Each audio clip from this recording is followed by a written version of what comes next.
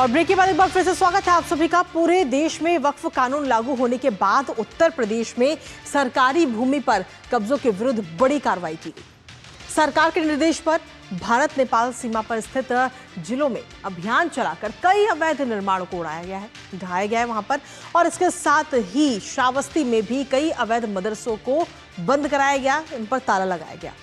दरअसल ये मदरसे मान्यता के बिना ही संचालित किए जा रहे थे और इनमें तहसील जमुना में और साथ ही तहसील विनगा में भी ये मदरसे शामिल हैं। इसके अतिरिक्त अगर हम देखें तो भारत नेपाल सीमा पर 15 किलोमीटर क्षेत्र में 100 से ज्यादा अवैध मदरसों के खिलाफ राजस्व संहिता की धारा 67 के तहत कार्रवाई भी जारी है। करेंगे इसको लेकर चर्चा, लेकिन उससे पहले आपको दिखाते हैं कि कैसे यूपी में अवैध मदरसों पर चल रहा है योगी का हंटर। तो उत्तर प्रदेश में अवैध मदरसों पर ताला लगता हुआ नजर आ रहा है और नेपाल सीमा से सटे हुए अवैध कब्जों पर यह बड़ी कार्रवाई इस वक्त की जा रही है। सीएम योगी आदित्यनाथ के निर्देश पर ये एक्शन लिए जा रहे हैं, जिसकी तस्वीर भी इस वक्त हम आपको दिखा रहे हैं किस तरीके से अधिकारी एक्शन लेते हुए नजर आ रहे हैं। इसके साथ ही श्रावस्ती और खासतौर पर बहराइच में अवैध निर्माण जो है उनको ढाया गया है, जमींदोज किया गया है।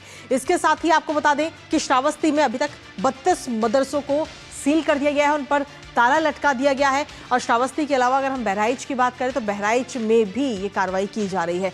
नो मैंस लैंड पर बनी मस्जिद का जो हिस्सा है उसे भी ढहा दिया गया है। इसके साथ ही 127 सरकारी जमीनों से जो अतिक्रमण किया गया था, जो सरकारी जमीनों पर अतिक्रमण था, उसे हटाया गया। बहराइच की अगर बात करें श्रावस्ती की बात, तो बहराइच में 3 मदरसों को सील किया गया, उन पर ताला लगाया गया। और इसके अलावा बलरामपुर की अगर हम बात करें तो बलरामपुर में 21 अवैध मदरसों पर ताला लगा दिया गया है, उन्हें बंद कर दिया गया। सिद्धार्थनगर की अगर हम बात करें तो 12 अवैध कब्जेदारों को नोटिस सिद्धार्थनगर में दिए गए हैं। तो कुल मिलाकर अगर हम देखें तो कई जिलों में इस वक्त ये बड़ी कार्रवाई इस वक्त की जा रही है उत्तर प्रदेश के अंदर। और हमारे साथ इसी पर ज्यादा जानकारी ले लेते हैं। हमारे साथ हमारे सहयोगी आशुतोष शुक्ला इस वक्त जुड़ रहे हैं। अब से कुछ ही देर में वो हमारे साथ जुड़ेंगे, लेकिन उससे पहले उनकी एक खास रिपोर्ट आपको दिखाते हैं। हम इस वक्त खड़े हैं भारत नेपाल सीमा पर, जो कि एक खुली हुई सीमा है। और जिस तरह से पीलीभीत से लेकर के महाराजगंज तक उत्तर प्रदेश में एक लंबी खुली हुई सीमा है।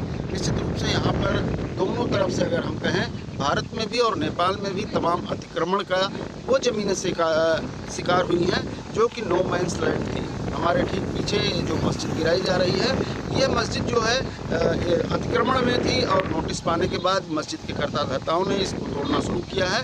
और हमारे ठीक पीछे आप देख सकते हैं कि दूसरे हिस्से में ये जो है गांव है, ये नेपाल का गांव है और ये भारत का गांव है। तो पीलीभीत से लेकर के महाराजगंज तक 121 ऐसी स्थान कल तक शाम तक चिन्हित किए गए हैं जो अवैध रूप से यहाँ पर बनाए गए हैं, अवैध रूप से इनका निर्माण हुआ है। प्रशासन उस पर लगातार कार्रवाई कर रहा है। श्रावस्ती जिले में निश्चित रूप से 32 जगहों पर जो है अवैध निर्माण की नोटिसें दी गई है। तमाम सारे मदरसों को बंद कराया गया है या फिर उन्हें उनके ध्वस्तीकरण की भी आगे कार्रवाई की जा रही है।